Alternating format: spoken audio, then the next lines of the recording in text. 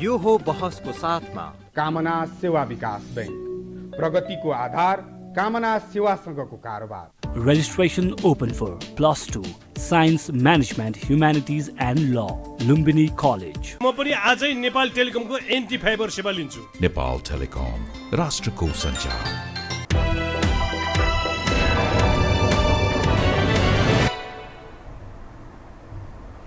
नमस्कार, यो हो बसमा म यहाँहरूलाई हार्दिक स्वागत गर्दछु।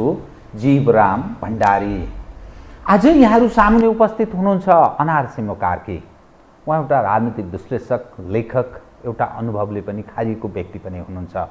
उहाँसँग आज म देश स्थानीय तहको निर्वाचनको मुखैमा छ, अर्थात् वैशाख 30 गते स्थानीय तहको निर्वाचन हुँदैछ।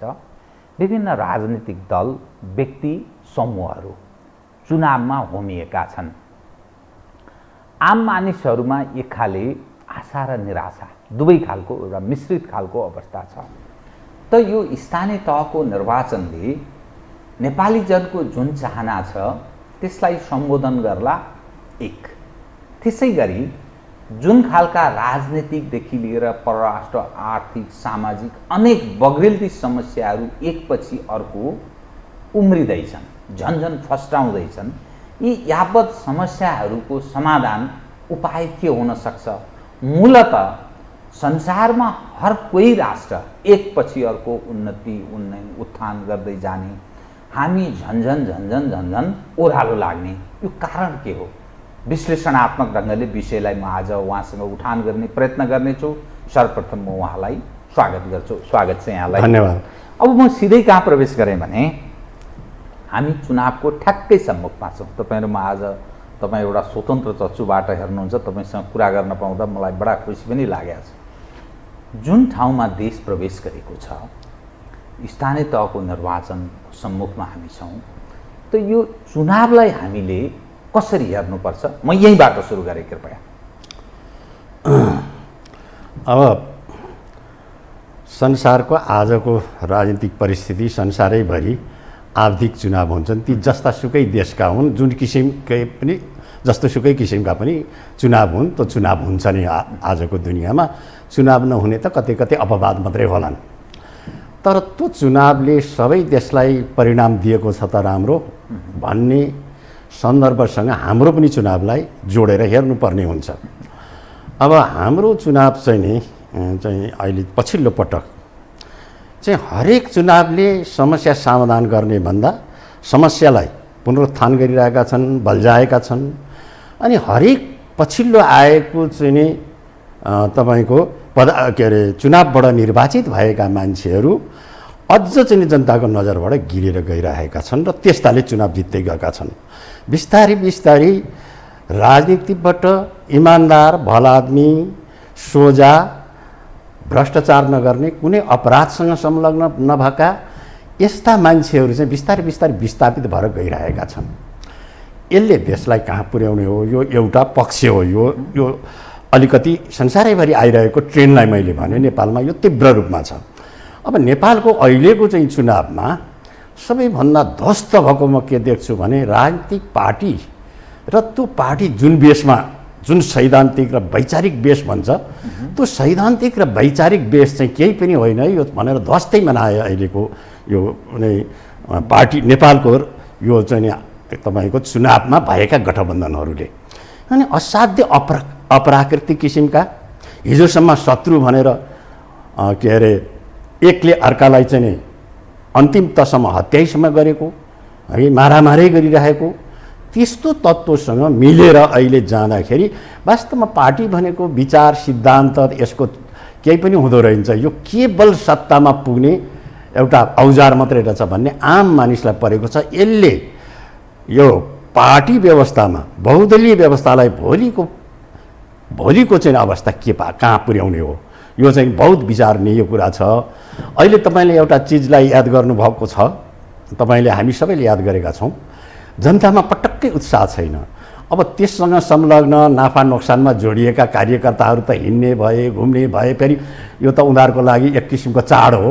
किनभने मजाले अहिले मासु भात पनि खान पाइएको छ, बेलुका अलिकति चाहिँ दारू पानी पनि खान पाइएको छ, 2-4 पैसा गोजीमा पनि हाल्न पाइएको छ, यताउति देखाएर कार्यकर्ताहरू ती किसिमका कार्यकर्ताहरू हिँड्लान्। तर तपाईँले अहिले के भने अहिले जति पनि पहिले एउटा समर्थक जनतामा पनि आफ्नो पार्टीको झन्डाप्रति जुन उत्साह देखिन्थ्यो, आफ्नो पार्टीको चिन्हप्रति जुन उत्साह देखिन्थ्यो, आफ्ना नेताहरूप्रति जुन किसिमको तपाईँको आस्था देखिन्थ्यो, नेताहरूलाई भनेको चाहिँ अलिकति सुन्यो भने पनि प्रतिकारमा उत्रिन्थ्यो, त्यो आज पटक्कै छैन। तिनै कार्यकर्ता बिचमा भयो भने मात्रै, नभए जनता एकदम नै मौन छन्, खालि सुनेर मात्रै बसेका छन्।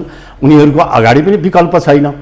अब यहाँ हामी जस्ता यी सहरमा बस्ने केही मान्छेहरू आफूलाई बुद्धिजीवीहरूले भन्छन् छान है छान भन्छन्, तर छान्ने आधार कति छ? मतलब तपाईँको 2टा चोर मध्येमै छान्नु बाहेक तपाईँसँग विकल्पै भएन।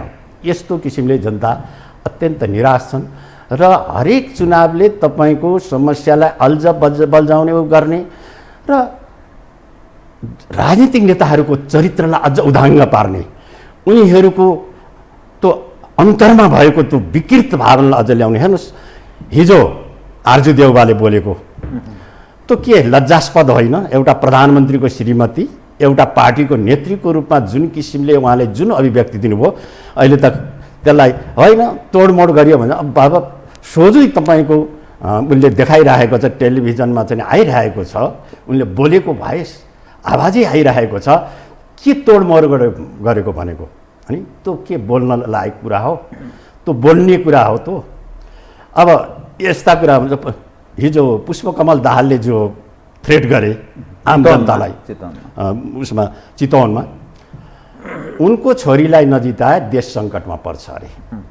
यो कस्तो देश भयो? यो कस्तो संविधान भयो? यो कस्तो लोकतन्त्र भयो जो एउटा कुनै नेताको छोरीलाई जिताएन भनेदेखि देश सङ्कटमा पुगिहाल्ने? अनि कुन अवस्थामा छ यो देश? अर्को हेर्नुहोस्, शेरबहादुर देउपा प्रधानमन्त्रीले यति धेरै एउटा झन्डै रामायणै लेखे जति चाहिँ भन्नुभयो के अरे रेणु दाहालको बारेमा, रेणु दाहालले गरेको विकासको बारेमा। अब के रोल मोडल यही हो त हाम्रो नेपालको विकासको?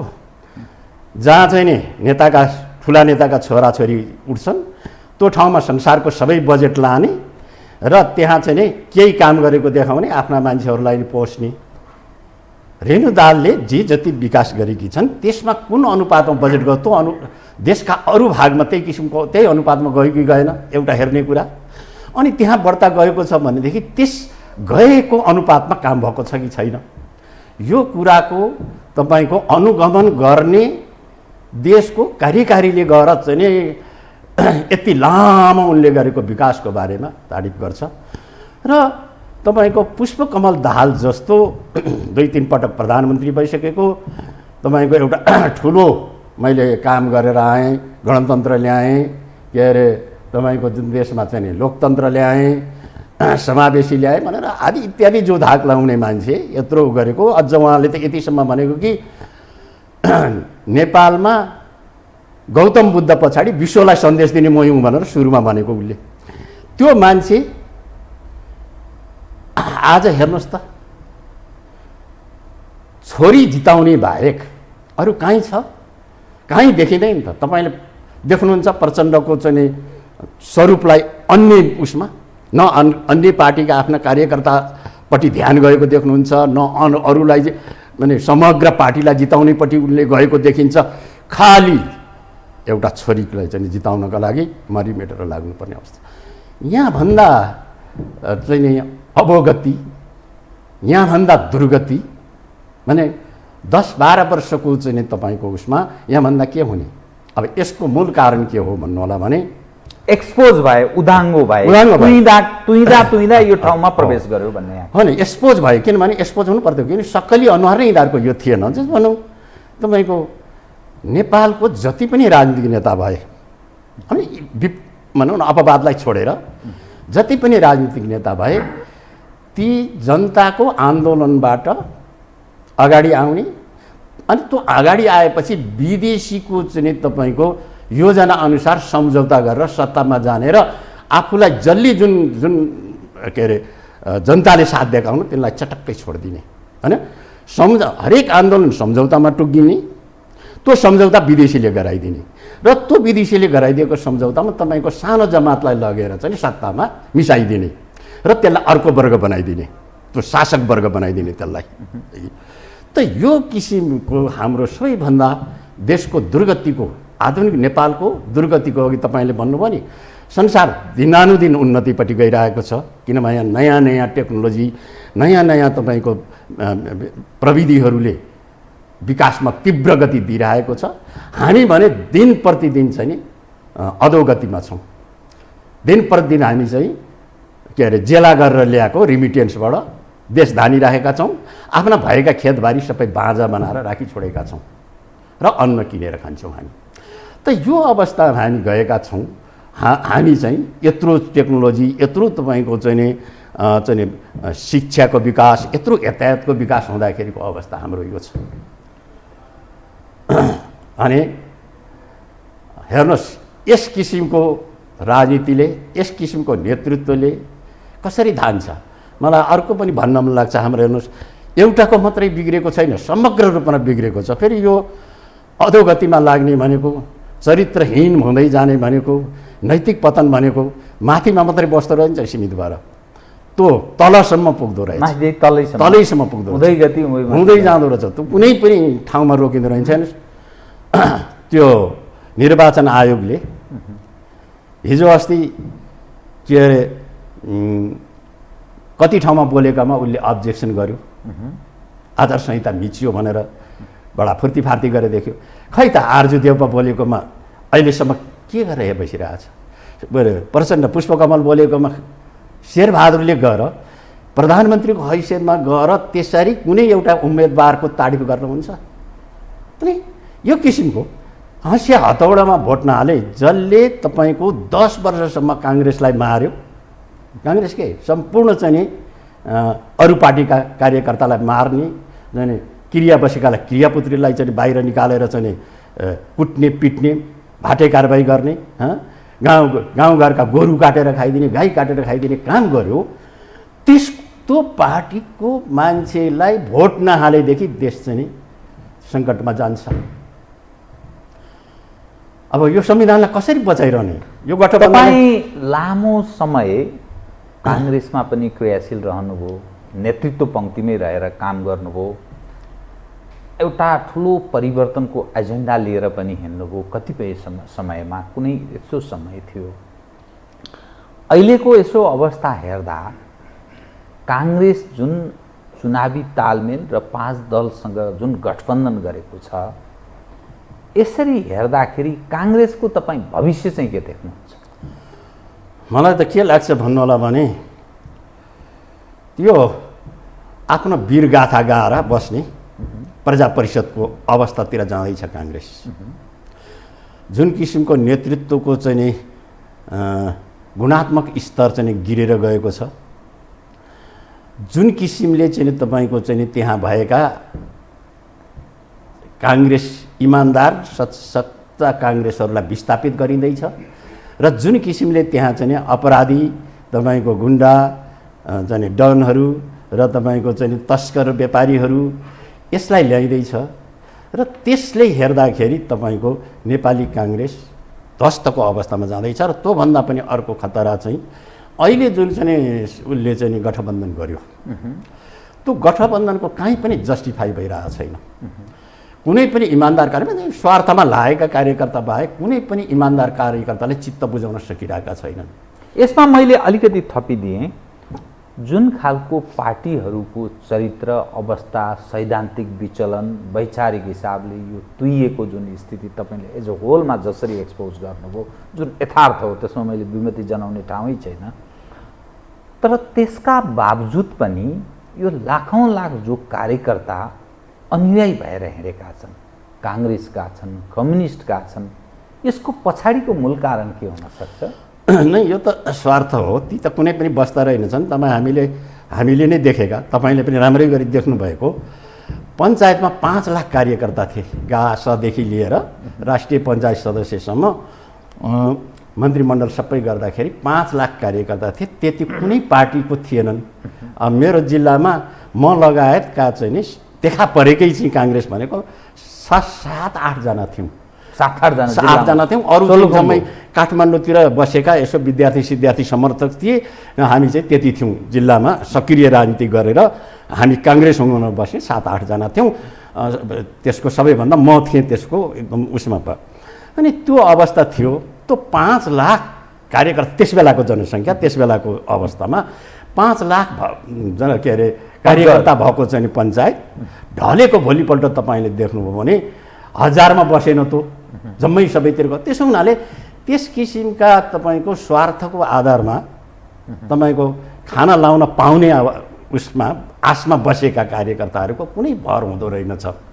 आज जो चाहिँ नि माने पार्टीहरूमा चाहिँ सक्रिय भएर हिँडेका छन्, अझ म त त्यसमा केही मान्छेहरू त कस्तो देख्छु भने त्यसले प्रोफेसनल रूप लिइसक्यो, सैद्धान्तिक वैचारिक रूप होइन, त्यसको व्यावसायिक रूप कस्तो हुँदो रहेछ भने राजनीतिका नाममा व्यावसायिक रूप, राजनीति एउटा व्यवसाय। फलानाको जुलुसमा म गएँ, त्यहाँ पेट्रोल पनि हालिदियो, खाजा खाना पनि 500-500 दरले दियो।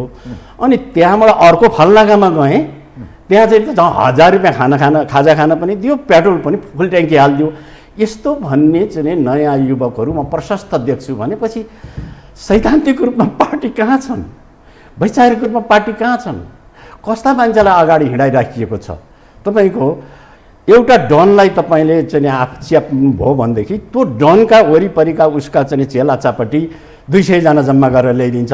यसलाई तपाईँ पार्टी कार्यकर्ता भनेर दङ्ग पर्नुहुन्छ भने त्यो अर्को कुरा हो। तपाईँ रियल भोलि परेका बेलामा भने यो पार्टीलाई यो अहिलेको सिस्टमलाई खत्तम पारेका दिन यसको पक्षमा उठिदिने, यसको पक्षमा बोलिदिने कार्यकर्ता कति होला, त्यो अनुमान गर्नुभयो भनेदेखि अपवादमा थोरै होलान्, अत्यन्त थोरै होलान्, यति न्यून होलान् नि। भनौँ न पछि बुद्धि नपुर्याएर पछि कतिवटा कुरा चाहिँ ठिक नभएर पो त ज्ञानेन्द्रले जुन बेलामा शासन सत्ता आफ्नो हातमा ल्याएको थिए अधिकांश जनता खुसी थिए। यी भ्रष्टाचारीबाट मुक्त हुने भयो पार्ने भयो राजाले भनेर। आजको अवस्था त्योभन्दा नि विकराल छ। आज कसैले त्यो गरिदियो भनेदेखि गर्ने अहिले त अवस्था छैन त्यस्तो, तर गरिदियो भनेदेखि आम जनता खुसी हुनेछन्। यी कार्यकर्ताहरू सबै लुकेर हिँड्नेवाला छन्, कोही पनि कुनै पार्टीको पछि लाग्ने, त पार्टीको पछि लाग्ने बहुत कम मात्रै मान्छेहरू होलान्।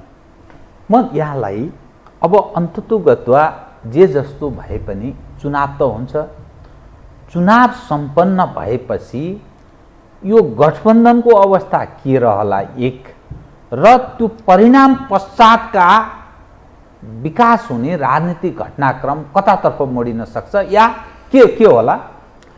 गठबन्धन के को आधारमा बनेको?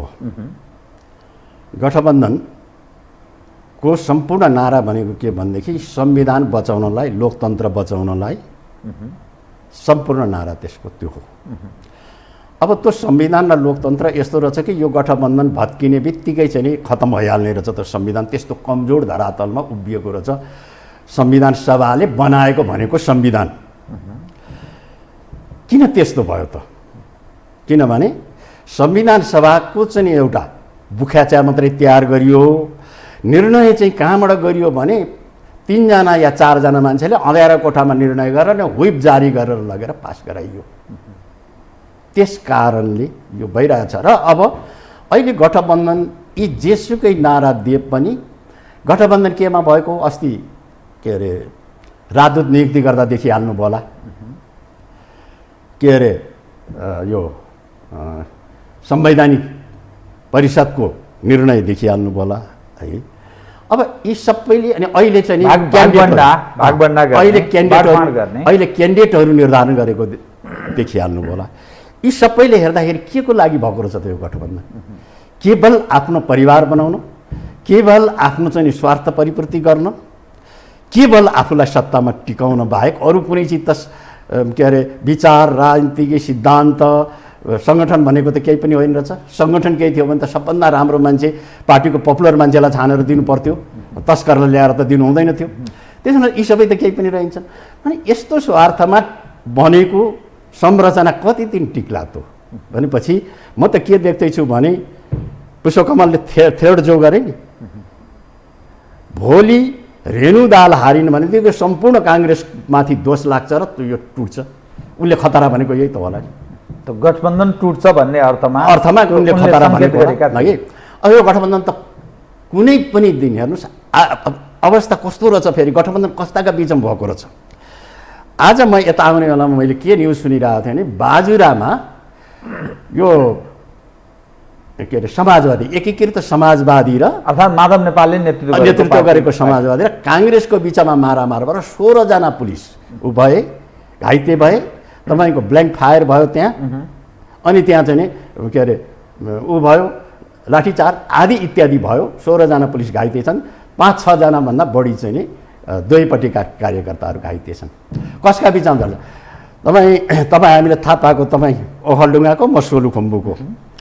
मेरो सोलु जिल्लामा अस्ति सोलुको नेले भन्ने ठाउँमा यो के अरे माओवादी केन्द्र र काङ्ग्रेसको बिचमा ठुलो लडाइँ झगडा भएर थुप्रो मान्छे घाइते भए। हेर्नुहोस् गठबन्धन माथि गरिएको छ, के अरे प्रचण्ड र पुष्पकमल र के अरे प्रधानमन्त्री शेरबहादुर गएर रामचन्द्रहरू गएर त्यसरी भाषण गरिरहेका छन्। यो यो यो गठबन्धन नबचाए सम्पूर्ण। तर कार्यकर्तामा हेर्नुहोस् त, तल्लो लेभलमा जनतामा हेर्नुहोस् त, मारामार छ तिनैको बिचमा। अनि पछि यस किसिमको गठबन्धन जो अप्राकृतिक किसिमको, असैद्धान्तिक किसिमको, अनैतिक किसिमको गठबन्धन, यस किसिमको गठबन्धनले के परिणाम देला?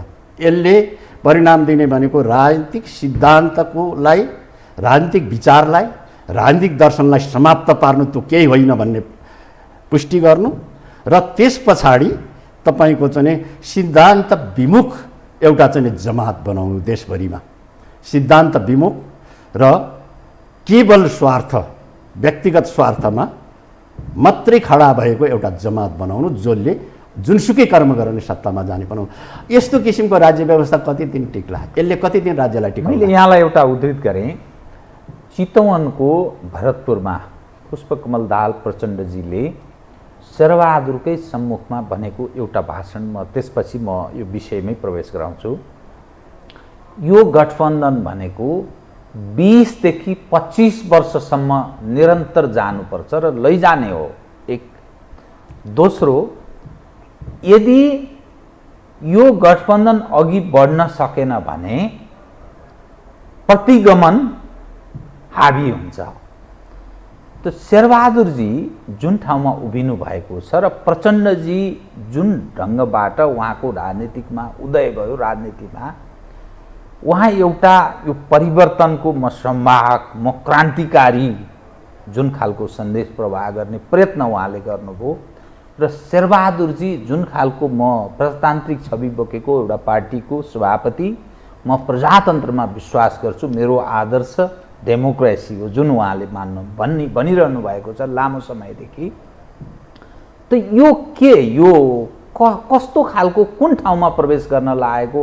के यो 20-25 वर्षै यसरी जान सक्ने स्थितिमा हुन्छ? यो रहन्छ, यसरी चल्ने हो? यो अब यस्तो मिलाप, यस्ता मान्छेको मिलाप छ। एउटाले टाउको काट्ने आदेश दिएको थियो, एउटा टाउको काटिनेमा थियो। ती बिचको यो गठबन्धन अब उनीहरू के बनिरहेछ भने यसलाई 20-30 वर्ष लाग्यो। अगर यो 30 वर्ष गयो भनेदेखि 20 वर्ष कदम कदा गइदियो भने, है गयो भने भनौँ न, जान्छ भन्ने कुरा होइन कि गयो भने के हुने त? राजदूत कस्ता कस्ता नियुक्ति भएर आउने, देश पहिले रहन्छ कि नरहने भन्नुहोस् न। अनि यो सम्पूर्ण चाहिँ चुनावमा कस्ता मान्छे उठेर आउने, राज्य सत्ता कस्ताका मान्छेका हातमा क्याप्चर भएर जाने, अनि त्यो राज्य सत्तामा तपाईँको चाहिँ भोट नदिने मान्छेको हालत के हुने, त्यो आर्जु राणाले भनिहालिन्। यो गठबन्धन बाँचेर गयो भनेदेखि देश बाँच्छ कि बाँच्दैन, देश रहन्छ कि रहँदैन? यो गठबन्धन अगर 30 वर्ष त होइन 20 वर्ष यो गठबन्धन भयो भने 15 वर्ष पनि यसले टिकाउन सक्दैन यो देशलाई। हेर्नुहोस्, देशलाई नै टिकाउन सक्दैन, देशलाई नै टिकाउन सक्दैन। देश यति एउटा ठुलो खतराकोतिर गइरहेको छ। हेर्नुहोस्, लगभग आर्थिक रूपमा हामी टाँट पल्टिने अवस्थातिर गइरहेका छौँ। सबै सूचाङ्कहरू चाहिँ नेगेटिभ छन्। तपाईँको सबै चाहिँ तपाईँको हेर्नुहोस्, व्यापार घाटाको विकराल अवस्था छ। तपाईँको चाहिँ आयात अत्याधिक बढिरहेको छ र उत्पादन सम्पूर्ण रूपले सिद्धिरहेको छ। सम्पूर्ण रूपले सिद्धिएको भन्दा हामी त देखिरहेका छौँ नि हो। मेरो जिल्लामा अचेल गाडी चलेपछि गाडी जान्छ, 10 वटा ट्रक गर्नुहोस्, त्यहाँ बाटामा बसेर म बडा ग्यारेन्टीसित भन्नु 10 वटा ट्रक भोलि जान्छ, एउटा पनि ट्रक आधा भएर पनि आउँदैन। अनि यो अवस्थाको देशको उसले कसरी धान्ला? हेर्नुहोस्, अहिले तपाईँको जति पनि तपाईँ सबै नभनौँ, केही मान्छेले राम्रो काम पनि गरेका छन्, सबै मान्छे खराबै छन् म भन्दिनँ। स्थानीय स्तरमा स्थानीय स्तर किन बिग्रेको छ? बाबा काङ्ग्रेस र कम्युनिस्टले यहाँ बसेर कोठामा बसेर बनाएको घोषणापत्र तपाईँको ओखलढुङ्गाको रुम्जेटारमा कति लागु होला, त्यहाँको चाहिँ स्थानीय परिस्थितिसँग त्यसले कति मेल खाला, तपाईँका स्थानीय समस्यालाई त्यसले कसरी समाधान गर्ला? यहाँ कोठामा बसेर एकपटक पनि तपाईँको रुम्जेटार नगएको, एकपटक पनि मेरो सोलुखुम्बु नटेकेको कुनै अमुक बुद्धिजीवी वा लेख्न जान्नेले यहाँ बसेर कोठामा बसेर शेरबहादुर र आरजुको अनुहार हेर्दै बनाएको तपाईँको काङ्ग्रेसको घोषणापत्रले मेरो सोलुको तिङ्लाका समस्यालाई कति समाधान गर्ला? के संसारभरि नै माने अपवादमा बाहेक संसारभरि नै काहीँ पनि स्थानीय स्तरलाई यसरी पार्टीकरण गरिँदैन र यहाँको घोषणा त्यहाँ लाद्न लगिँदैन। र मैले अस्ति पनि भनेको थिएँ, स्थानीय स्तर भनेको चाहिँ शुद्ध जनताको प्रतिनिधि हो। त्यहाँ पार्टीको समर्थक निर्दलीय बनाएको भयो, निर्दलीय हो, किनभने त्यहाँ पार्टीको समर्थक होला, पार्टी देशभरि भएपछि समर्थक होलान्, तर उम्मेदवार भनेको या चाहिँ भोटर्स भनेको चाहिँ पार्टीको नाममा होइन, शुद्ध चाहिँ आफ्नो चाहिँ तपाईँको चुन्ने हो, आफ्नो चाहिँ उम्मेदवार चुन्ने हो, ठोक आफ्नो चाहिँ प्रतिनिधि चुन्ने हो। त्यसो हुनाले लोकल स्तरमा तपाईँले पार्टीलाई चाहिँ लानुभएको छ। अब यो पार्टीलाई लानाले के भएको छ भने भोलि टिकट पनि किन्नु पर्यो, अनि के अरे केन्द्रीय नेतासम्म पनि पहुँच पुर्याइराख्नु पर्यो, त्यसको निम्ति नि पैसा चाहियो। फेरि अब हामीले संस्कार त कस्तो बसाइदिउँ भनेदेखि पिरामा उभियो नि सलामी लिनै पर्ने बनाइदिउँ। अनि अहिले के गरेर हामीले खर्च चलाइरहेका छौँ भने, अहिले खर्च चलाएका छौँ कि भ्रष्टाचार व्यापक कसरी बनाइरहेका छौँ भने बालुवा बेचिरहेका छौँ, जङ्गल भएकालाई बेचिरहेका छौँ आफ्नो इलाकामा पर्ने, अनि बाटो चाहिँ हामीले यसरी लगिरहेका छौँ नि, त्यो बाटोले भोलि पछि के परिणाम दिने हो यो देशलाई? त्यो आज नै जहाँ जहाँ बाटो गएको छ, तपाईँ गाडी लिएर जानुभयो कहीँ पनि भनेदेखि 3 जना मान्छे पनि सँगै लिएर हाल्नुपर्छ कि पनि ठाउँ ठाउँमा गाडीलाई धकेल्नुपर्छ र धेरै ठाउँमा पहिरो गएर छ। अब बर्खा लागेपछि अधिकांश बाटो बन्द भए।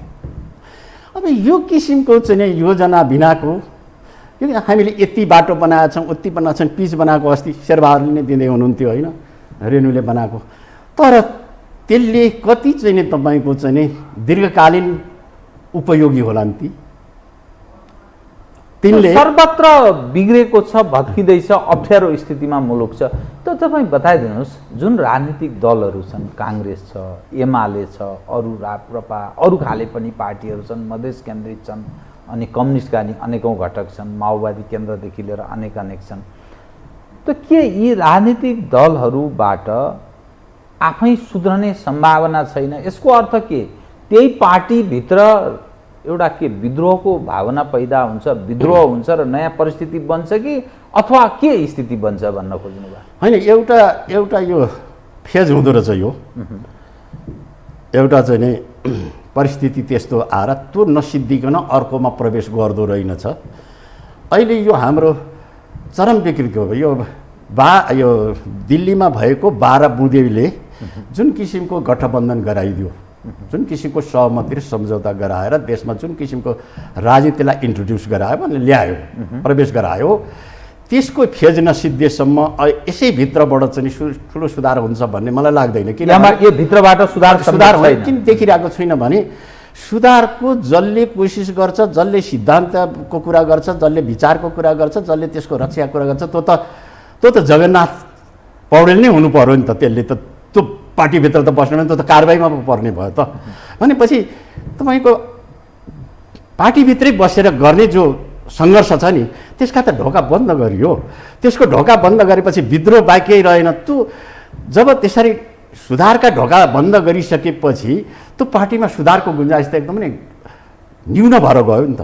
त्यसो हुनाले मलाई के लाग्छ भनेदेखि यी पार्टी सुधारको अवस्थातिर पटक्कै गइरहेका छैनन् र यो फेज देशले कति दिनसम्म धान्नुपर्ने हो, यसको अन्त चाहिँ नै हुन्छ। त सधैँभरि त इतिहासमा यस्तो रहँदैन, तर हाम्रो सबैभन्दा चाहिँ नै हाम्रो सरोकारको विषय चाहिँ के हो भने यी पार्टी सँगसँगै हाम्रो देश चाहिँ नडुबोस्, देश चाहिँ त्यो अवस्थामा नपुगोस्, अगाडि नै यिनलाई चाहिँ उ गरेर एउटा सुधार गर्न सकियोस् भन्ने मात्रै हो हाम्रो चाहिँ अहिले त्यो कुनै विकल्प बनिसकेको पनि देखिँदैन। त्यस कारणले देश एकदमै खतरातिर गइरहेको छ। यसलाई बचाउने कसरी, हरेक इमान्दार मान्छेले सोच्नुपर्नेको अहिलेको अवस्था के हो भने चौतर्फी बिग्रिरहेको अवस्थामा हामीले चाहिँ कसरी गर्ने हो। तथापि चुनाव त हुन्छ, यो चुनाव हुन्छ यो वैशाख 30मा, त्यसपछि प्रदेशको पनि होला, संसदीय पनि होला। त्यो चुनाव कुनै रोकिने सम्भावना त छैन। त यसबाट चाहिँ कसलाई लाभ प्राप्त हुन्छ? काङ्ग्रेसलाई लाभ प्राप्त हुन्छ कि कम्युनिस्ट हौँ भन्नेलाई हुन्छ कि मधेसी हौँ भन्नेलाई हुन्छ कि राप्रपावालाहरूलाई हुन्छ कि कसलाई लाभ प्राप्त हुन्छ? यो यसरी मिहिन रूपमा गर्दाखेरि, अब यो मिहिन रूपमा गर्दाखेरि नि अहिले एउटा केस्रा केलाएर गर्दाखेरि के देखिन्छ भनेदेखि अहिले अलिकति आकर्षण बढेको चाहिँ नि राप्रपामा छ, राजेन्द्र लिङ्देन। किनभने उनी चाहिँ फ्रेस मान्छे भए एक, हगि अर्को चाहिँ तपाईँको भ्रष्टाचार आदिको उ गरेका छन् र उनले अहिलेसम्म राम्रै किसिमले उनले भाषण शासन गर्ने बोल्नेमा राम्रै किसिमको देखिन्छ। त्यसो हुनाले उनले अब एकाएक धेरै त नभनौँ तर अहिले खुट्टा टेक्न सक्ने अवस्था छ। बाँकी रहेका अरू पार्टीहरूको म कुनै त्यस्तो देख्दिनँ। अब चुनाव भएपछि यी मध्येमा त जित्नै पर्यो। मैले अस्ति पनि भनेको थिएँ यी मध्येमा अहिले चुनावमा भयो भनेदेखि म आज पनि के देखिरहेको छु भने एमालेकै अवस्था अरूको भन्दा बेहतर देखिरहेको छु। अरूको त गठबन्धनले अझ चाहिँ नोक्सानै पुर्याएको म चाहिँ देखिरहेको छु। तर यो समग्र रूपमा चाहिँ म के भन्छु भने नि यी पार्टीमध्येकै कसैले कसैले जित्ने भयो चुनाव गएपछि त, किनभने विकल्प अर्को छैन। जतिजना दौडिन्छ त्यही दौडिने मात्रै हो। अब जनता अलि निराश भएर कम भोट हाले भने आफ्नै कार्यकर्ताले हालेकै भोटबाट पनि हार जित त भइहाल्ने भयो, त्यसलाई बिहोर्नु पनि परिहाल्यो। यसमा हार्ने कसले त भन्दाखेरि हार्ने चाहिँ देशले हार्छ,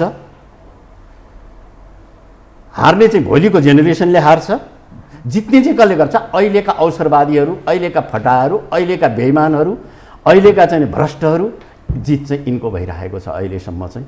किनभने तपाईँ हामीले देखेका छौँ जसले खान पाउँदैन थिए हिजोसम्म, किन हाम्रा छिमेकका मान्छे पनि छन् नि कतिजना त। तपाईँ हाम्रा छिमेकका मान्छे छन् जो अहिले यहाँ अरबपति भएर बसेका छन्, तिनको पेसा र व्यवसाय हेर्नुहोस् त, राजनीतिभन्दा केही छैन। हेर्नुहोस्, मलाई अचम्म त के लाग्छ भने नि कृषिका थिए नि हिमाली प्याड के कति अरबको चाहिँ त्यसै ऋण मात्रै बढेको यहाँ। त्यो जम्मै एउटा पनि कृषिको काहीँ लाग्दैन थियो। त्यो चाहिँ नि मेरो सोलु जिल्लामा मैले के देखेको थिएँ भने एउटा एजेन्ट थियो, त्यसले जम्मै कागजपत्र मिलाएर यहाँ पठाइदिन्थ्यो। त्यो अनुदान चाहिँ नि सदुपयोग भएको कागजपत्र मिलाएर सदरमुकामबाट यहाँ पठाइदिन्थ्यो र त्यो हुन्थ्यो। त्यो सही गर्ने मान्छेले बाटो खर्च पाएर सल्लेरीमा बसेर चिया खाएको र बाटो खर्च बाहेक त्यसले केही पनि पाउँदैन थियो। अनुदान चाहिँ नि कृषिका अनुदान त्यसरी गएका छन्। अब सक्नेहरू केहीले अनुदान लगेर केही गरेका भए गरे, ती सोझै लान सक्ने यहाँ पहुँच भएकाले लगेर केही गरेका छन् भने छ, अलिकति केही त्यस्ता छन्। नत्र भने आम मान्छेले त्यो अनुदान पाउँछु भन्ने नचिताए पनि हुन्छ, त्यो कल्पनै नगरे हुन्छ। यो मैले त एउटा कृषिको भने त सम्पूर्ण रूपले जाली फटाहरूको हातमा पर्यो, देश त्यसरी गयो भनेर त्यसरी बुझ्नु पर्ने। अब तपाईँ हेर्नुहोस् न, कहिले 15 वर्षदेखि हामी त एकैतिर जान्छौँ, हाम्रोतिर अन्त पनि पश्चिमतिर जता डुल्न जान्छौँ 20 वर्षदेखि यो पुल बनेको छैन भन्छन्, आधा बनेर लडिरहेको छ त्यहाँ। त्यो ठेकदार कसको भन्दाखेरि फल्नाको मान्छे, कोही त सांसद छ, कोही त मन्त्री भएको छ, कोही मन्त्रीको मान्छे भएको छ। अब यो के भन्नु त, अब कसलाई कारबाही हुने, के हुने? कारबाही को माथि हुन्छ? ऊ त्यस्तो हुन्छ, तिमीहरूले भोट देऊ भनेदेखि तिमीहरूले माथिबाट पाउँदैनौ, अनुदान पाउँदैनौ केन्द्रको, यस्तो हुन्छ। भनेपछि अब यो देश सप्रिने चाहिँ कहाँ बाटो छ त? मान्छेले के भन्छन् भने कन्सियसनेस आइरहेको छ, अझ यसो पनि भन्छन् माओवादीले चाहिँ आम सचेत भएका छन्, मानिस जानकार भए, सबै आम ज्ञान मान्छेमा छ। सचेतता ल्याइदियो भनेर भन्छन्। सचेतता के गर्नलाई ल्याइदियो? गुन्डागर्दी गर्नलाई, भ्रष्टाचार गर्नलाई, आफूभन्दा कमजोरको खोसेर खानलाई? त्यो सचेतता कहाँ देख्नुहुन्छ? चाहिँ पार्टीमा लागेका युवाहरूको हेर्नुहोस् त ताल, त्यहाँ लगेको बजेट बाँडफाँडमा मारामार चाहिँ नि एउटा गाउँको, मेरै गाउँको म उदाहरण दिन्छु, के अरे हाइड्रो प्रोजेक्टले चाहिँ नि मेरो ठुलो जङ्गल पर्छ त्यहाँ, त्यो जङ्गलको चाहिँ नि 1,35,00,000 चाहिँ नि त्यो के अरे जङ्गल काटे बाबत त्यो मुआवजा दिएछ। त्यो मुआवजामा त्यो वन उपभोक्ता समितिको अध्यक्षले 12 लाखको त भात खाएको देखाएछ। 2 वर्षमा 12 लाखको त भातै खाइदिएछ, गाउँमै भात त्यत्रो छ। अब भन्नुहोस् त, वन उपभोक्ता समितिको अध्यक्षले 12 लाख भात खाएको देखाउँछ अरे। 24-25 लाख त तपाईँको उसमा गएको छ, माने 35-40 लाख त त्यसै खर्च भएछ मसलन्द र उसमा। त्यो वनको मसलन्द कति होला त? अब हेर्नु त, तपाईँको भन्नुहोस् न, यो चरित्र आम रूपमा गएको छ, म्हणजे असल मान्छे छैनन्, राम्रा काम गरेको छैन भने मतलब माथिदेखि तलसम्म नै बिग्रेको त्यस्तो स्थिति। केही असल मान्छे तल पनि छन्, कहीँ काम भएको छ। त्यो चिज चाहिँ हेर्नु त, त्यो चिजको प्रशंसा गरेर एकदम नै निरपेक्ष रूपमा गएर चाहिँ जनताकै लागि भनेर मरिमेटेको मान्छेलाई गएर अहिले शेरबहादुरले ढाप मारिदिएको, त्यसले कति के अरे मोरल बुस्टअप गर्थ्यो होला। त्यो किन एउटा कत्रो ठुलो सन्देश दिन्छ होला यसमा? उनले कहाँ गऱ्यो त भन्दाखेरि प्रचण्डको छोरीलाई चाहिँ गएर ढाप मार्न गयो, ठुलो विकास गरेको भनेर। प्रचण्डको छोरीभन्दा कम योजना गएको, कम पैसा गएको ठाउँमा त्योभन्दा बढ्ता खर्च गरेको छ। अब यहाँ चाहिँ कस्तो अरू आम मान्छे, आम चाहिँ तपाईँको चाहिँ नि यो के अरे स्थानीय चाहिँ नि जनप्रतिनिधिहरू कस्तो देखिरहेछ भने गाडी किन्ने, सबभन्दा पहिले यहाँ गएर गएको पैसाले गाडी किन्ने, गाडी पनि सोधी किन्ने, आफूले त जिन्दगीमा देखेको होइन। अनि यहाँ आएर कुन गाडी राम्रो हुन्छ भनेर सोधेर 10 ठाउँमा गएर अनि एउटा गाडी किन्ने पहिलो काम। अनि ड्राइभर कसलाई राख्ने भन्दा छोरालाई राख्ने, छोरीलाई राख्ने है। अब त्यो गाडी नै नजाने ठाउँमा बजेट त्यति छैन, ओडाको अध्यक्ष छ पहाडको एउटा साधारण ओडाको भने मोटरसाइकल एउटा किनेर छोरालाई ड्राइभर राख्ने, होइन मोटरसाइकल ड्राइभर पनि छोरो हुने र त्यो तलब पनि खुवाउने। आम रूपमा यो प्रवृत्ति गएको छ, त बर्मलुट छ, बर्मलुट। अब हेर्नुहोस् त, अनि बेच्ने चाहिँ के भन्दा बालुवा ढुङ्गा तपाईँको चाहिँ नि जङ्गल प्राकृतिकको साधन स्रोत जति सबै बेच्ने। आम रूपमा है, म अपवादलाई भनिरहेको छैन, सानो सङ्ख्यालाई भनिरहेको छैन। सानो सङ्ख्यामा राम्रा काम गर्ने केही मान्छे छन्, बडा इमान्दार मान्छे नहुने संसार चाहिँ सिद्धिन्छ त्यही बेला। केही इमान्दार मान्छे पनि बाँकी छन् अझै पनि, तर निरन्तर ती इमान्दार मान्छेलाई पाखा लगाउने, विस्थापित गरिने काम भइरहेको छ। त जति समय व्यतीत हुँदैछ हामी झन्झन खस्कँदैछौँ, गिर्दछौँ, साख हाम्रो गिर्दैछ, तुहिने क्रम झन् बढ्दै गएको छ, सङ्कटतिर गइरहेछौँ। अहिले भन्नुहोस् न, हामी जस्तो हेर्नुहोस्, हामी जस्तोमा जुन भूभागमा छौँ हामी, जुन जोग्राफीमा छौँ हामी, यो कस्तो ठाउँ हो भनेदेखि तपाईँको बफर जोन को अवस्थामा भएको देशले अलिकति पनि अन्तर्राष्ट्रिय चाहिँ नि तपाईँको सम्बन्धमा तपाईँको चाहिँ नि त्यसलाई ब्यालेन्स गर्न सकेन भने, त्यसलाई सन्तुलन गर्न बिगार्यो भनेदेखि युक्रेनको समस्या उत्पन्न हुन्छ। आज हामीले त्यो गरिरहेका छौँ। हत्तापत्ता हामीले बडा अर्थमा त देखाउनु न, हाम्रो जग्गा मिचिएकोमा, हाम्रो चाहिँ नि सिमाना मिचिएकोमा त हामी राष्ट्रवादी हुन देखाउँछौँ कहाँ भन्दा युक्रेनलाई हत्तपत्त चाहिँ नि के अरे पक्षमा बोल्न चाहिँ हामी देखाउँछौँ।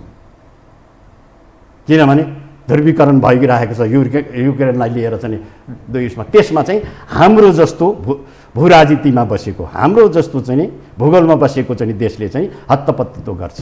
त परराष्ट्र मामिलामा पनि हामी सन्तुलन हत्तपत्त एमसिसी पास गर्नलाई चाहिँ उ गर्छ। अब कस्तो एउटा अनौठो तपाईँलाई हामी सबैलाई लाग्छ क्या, लज्जा बोध हुन्छ। पुष्पकमल दाहाल र चाहिँ शेरबहादुरले एकै ठाउँबाट भन्छ यो गठबन्धन बिग्रियो भने के अरे उसमा जान्छ, प्रतिगमनतिर जान्छ। प्रतिगमन कसले लान्छ भन्दाखेरि ओलीले लान्छ भन्छ। अनि त्यही ओलीलाई फेरि चाहिँ एमसिसी पास गराउन चाहिँ मद्दत माग्न जान्छ, फेरि संसद खोलिदिए भन्न चाहिँ फेरि जान्छ। अनि फेरि त्यही पुष्प कमल दाहाल हिजो अस्ति के भन्छ भनेदेखि होइन मलाई अलिकति गडबड गऱ्यो भने त म त जान्छु मिल्न तँसँग उनीसँग मिल्न जान्छु भन्छ। खुला यो त सबै खुला आएका कुरा। एउटा घिउ बेचुवा र तरबार बेचुवाको जुन कथा छ मतलब त्यस्तै खालको तरबार बेचुवा भन्दा पनि तल्लो स्तरको क्या अत्यन्त तल्लो स्तरको बार्गेनिङ सबभन्दा ठुलो नेताबाट भइरहेको छ र अहिले बोलेको कुरा भरे चाहिँ नि ठिक त्यसको उल्टो बोलिरहेको छ।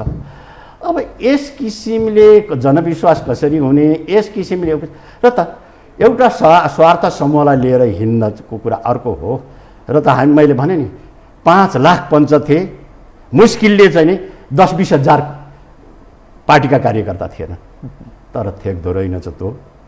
आम मानिसका सामुन्ने यस्तो अवस्थामा यो तुइएको अवस्थामा विकल्प के छ त? अहिले तत्काल त विकल्प छँदै छैन। अलिकति विकल्पतिर मान्छे त खोजिरहेको छ, तर त्यो खोजी छ। हेर्नुहोस् न, राप्रपाको त बढ्दैछ भनेको त्यही कारण त हो त, विकल्प खोजी छ र न मान्छेले राप्रपातिर गइरहेका छन्।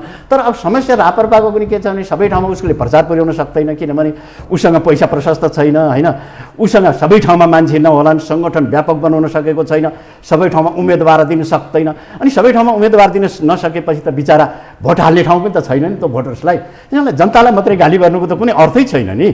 तपाईँको त्यसो हुनाले तपाईँको विकल्पपट्टि छन् मान्छे, तर विकल्पको एउटा स्वरूप बनिरहेको छैन। त स्वरूप नबनुन्जेलसम्म यस्तैले खाने हो, यस्तैमा देश डुबो भने डुबिहाल्यो, यसबाट बचाउन सकियो भने देशलाई अगाडि लान सकियो, अनि फेरि देशले उन्नति गर्छ, फड्को मार्छ। फेरि यस्ताबाट गुज्रिएको देशले अझ फेरि राम्रो उन्नति पनि गर्ने। म यहाँसँग अब स्थानीय तहको निर्वाचन एनकेन सकिएला होइन, परिणामको बारेमा तपाईँले सालाखाला यसो सङ्केत गर्नुभयो, यस्तो आउन सक्छ, घटनाक्रमले त्यस्तो देखाइरहेको छ भन्ने जुन सङ्केत तपाईँले गर्नुभयो। अब यो बताइदिनुहोस्, यसपछि स्थानीय तहको निर्वाचन सम्पन्नसँगै यो गठबन्धन चाँडोभन्दा चाँडो संसदीय निर्वाचनतर्फ जाला कि अझ लम्ब्याउने कोसिस गर्ला, के होला? होइन, पहिले त यो गठबन्धन चाहिँ नि यो परिणाम आएपछि मात्रै गठबन्धन रहने नरहने चाहिँ टुङ्गो लाग्छ। किनभने गठबन्धनको स्वार्थ एउटाको पनि स्वार्थ बिग्रियो भने त, स्वार्थ पुरा भएन यो चाहिँ गठबन्धनबाट भने त त्यो गठबन्धनबाट बाहिर निस्किहाल्छ। त्यो एकछिन पनि साइड पनि हेर्दैन त्यसले, त्यस्तो अवस्था छ। गठबन्धन टुट्यो भने देशको परिस्थिति अझ अर्को किसिमले जान्छ। गठबन्धन टुट्यो भने कता प्रवेश गर्न सक्छ? गठबन्धन टुट्यो भनेदेखि त मलाई लाग्छ त्यसमा सबैभन्दा चाहिँ नि माथि हात पर्छ एमालेको। गठबन्धन टुट्यो भने मलाई त लाग्छ, हेर्नुहोस्, गठबन्धनै हुँदाखेरि पनि चुनाव पछाडि एमालेको पोजिसन अगाडि आउँछ। अब त्यो एमालेलाई चाहिँ अहिले गठबन्धनहरूले चाहिँ प्रतिगामी भनिरहेका छन्। अब सबैभन्दा मलाई चाहिँ सबैभन्दा मजा लाग्ने चाहिँ के भने नि, सबैभन्दा खराब काम गर्नेले अरूलाई प्रतिगामी भन्छ। के हो यो प्रतिगामी भनेको? यो प्रतिगमनतिर गइदियो हुन्थ्यो नि त। यो प्रतिगामी भनेको चाहिँ हिजोको चाहिँ अझै राम्रो रहेछ नि। आज मान्छेले भनिरहेका छैनन्, यी अहिलेका नेताहरूभन्दा पञ्च धेरै चाहिँ नि तपाईँको चाहिँ के अरे नैतिक आचरणमा बसेका थिए भनिरहेका छैनन्। त्यसो हुनाले त प्रतिगमन चाहिँ राम्रो भएन र। आजको जति भ्रष्टाचार, खुला भ्रष्टाचार चाहिँ नि हिजो थिएन भनेर भनिराखेको छ। के अरे हिजो के भनिँदैछ भनेदेखि कतिवटा दुर्गुण नभएको त संसारमा केही हुँदैन, दुर्गुण नभएको त ईश्वर भइहाल्छ। राज संस्थाका राजाका के कति दुर्गुण, तर धेरै चिज त नि वीर अस्पतालमा गएर चाहिँ नि औषधि गराउँथे होइन राजा। उनले यिनै केही चिकित्सकहरूलाई चाहिँ नि गरेर राखेको थियो, जो दरबारमा बिरामी हुँदा त्यसले ती गरेर गरिदिन्थे होइन। तपाईँ सिङ्गापुर त जानु गएका थिएन त। यी सब त्यो भनेपछि त प्रतिगमनमा जानु राम्रो होइन रहेछ र। त्यसो हुनाले जसलाई प्रतिगमन अहिले भनिरहेको छ त्यो प्रतिगमन त अहिलेको भन्दा बेहतर पो रहेछ त, योभन्दा अलि राम्रो पो रहेछ त त्यो प्रतिगमन। तपाईहरू जो परिवर्तनमा जसरी लाग्नु भएको थियो नि हिजोका दिनमा, त्यो के कल्पना, के सपना देख्नु भएको थियो र यो स्थिति भयो? कहाँनिर चिप्लियो काङ्ग्रेस अथवा परिवर्तनकामी हामी पक्ष हौँ, नेता हौँ, पार्टीका अगुवा हौँ जो भन्दछन् नि, कहाँनिर चिप्लेर यो स्थिति भयो? धेरै चिज चाहिँ नबुझेर र टिनएजर भनौँ न भर्खरको उमेर हुँदाखेरिको अलिकति चाहिँ लहलहीमा पनि लागिँदो रहेछ। हाम्रो लहलही सिर्जना गर्ने प्रोपगन्डा सिर्जना गर्ने चाहिँ हाम्रो देशभित्रको भन्दा बाहिरको चाहिँ हातौँ धेरै हुँदो रहेछ। र हामीले प्रजातन्त्र सबैभन्दा माथि भन्यौँ। राजा महेन्द्रले जो गरेका काम आज म यो उमेरमा पुगेपछि मलाई के लाग्छ भनेदेखि राजा महेन्द्रले सुरुमा जे जति काम गरे जुन बेलाको त्यस बेलाको टेक्नोलोजीको विकास, त्यस बेलाको चाहिँ देशको चाहिँ तपाईँको चेतनाको विकास, त्यस बेलाको चाहिँ हाम्रो सङ्गठनको विकास, त्यस बेलाको हाम्रो पूर्वाधारको आधारमा हेर्ने भने राजा महेन्द्रभन्दा नेपालको विकास गर्ने मान्छे, राजा महेन्द्रभन्दा चाहिँ देशको माया गर्ने मान्छे, राजा महेन्द्रभन्दा राष्ट्रवादी मान्छे सायदै अरू रहेछन्। अहिले मलाई त्यो लाग्छ। तर राजा महेन्द्रको एउटा कमजोरी के थियो भने सँगसँगै प्रजातन्त्रलाई लिएर जान सकेको भएदेखि अझ राम्रो हुन्थ्यो होला। प्रजातन्त्रलाई लिन नगएकोले हामीलाई यत्रो प्रोपगन्डा भयो कि प्रजातन्त्र बाहेक अरू केही पनि होइन, प्रजातन्त्र भनेको सम्पूर्ण रोगको औषधि त्यही हो भन्ने हामीलाई लाग्थ्यो। देशको सम्पूर्ण रोगको एउटै मात्रै समाधान औषधि भनेको प्रजातन्त्र भन्ने लाग्थ्यो। म त झन्नै 10 वर्षभन्दा बढी पटक गरेर जेल बसेको छु। मलाई 3 पटक त मलाई चाहिँ के अरे मृत्युदण्डको चाहिँ सजाय माग गरिएको छ। म अत्यन्त कठोर चाहिँ यातना खपेर बसेको छु। मेरो त्यो यातनाका संस्मरणहरू चाहिँ 25औँवटा के अरे उसमा तपाईँको भाषामा चाहिँ छापिएका छन्। अब यी त अलि अगाडिको कुरा भएर मान्छेले बिर्सिँदै गए। त्यत्रो चाहिँ हामीले जो गऱ्यौँ नि त्यो हामी धेरै चिज चाहिँ हामीले पनि पूर्ण बुझेर होइन, एउटा उमेरको उसमा हो। र मैले आज हेर्दाखेरि हेर्नुहोस् राजा महेन्द्र र केही हदसम्म बिपीका पनि आफ्नो धारणामा इमान्दार थिए भन्छु, अपेक्षाकृत है। मतलब सबै कुरामा फेरि जो महामानव अति मानव यो सबै कुरा होइन, कमजोरी उनका पनि कम छन् भन्ने होइन। त्यो गनाउनु पर्यो भने लामै चाहिँ एउटा सूची बनाउन सकिन्छ।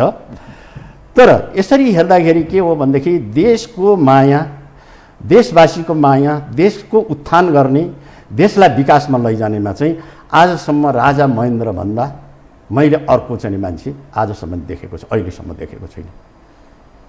म यहाँसँग अरू विषय पनि उठान गर्न चाहन्थे, तर समयले यतिसम्मलाई साथ दियो। कार्यक्रममा आइदिनु भयो, बहुत धन्यवाद। हस्, मेरो विचार राख्न दिनुभएकोमा धन्यवाद। आदरणीय दर्शकवृन्द, उहाँ हुनुहुन्थ्यो अनारसिंह कार्की, राजनीतिक विश्लेषक, एउटा लेखक। अलि स्वतन्त्र चक्षुले हेर्ने प्रयत्न गर्नुहुन्छ नेपाली समाजलाई र विश्व रङ्गमञ्च विश्व घटनाक्रमलाई पनि। म सहित मेरो सम्पूर्ण युनिटलाई कार्यक्रमबाट बिदा दिनुहोस्, तर यो हो टेलिभिजन, हेर्दै रहनुहोला। नमस्कार।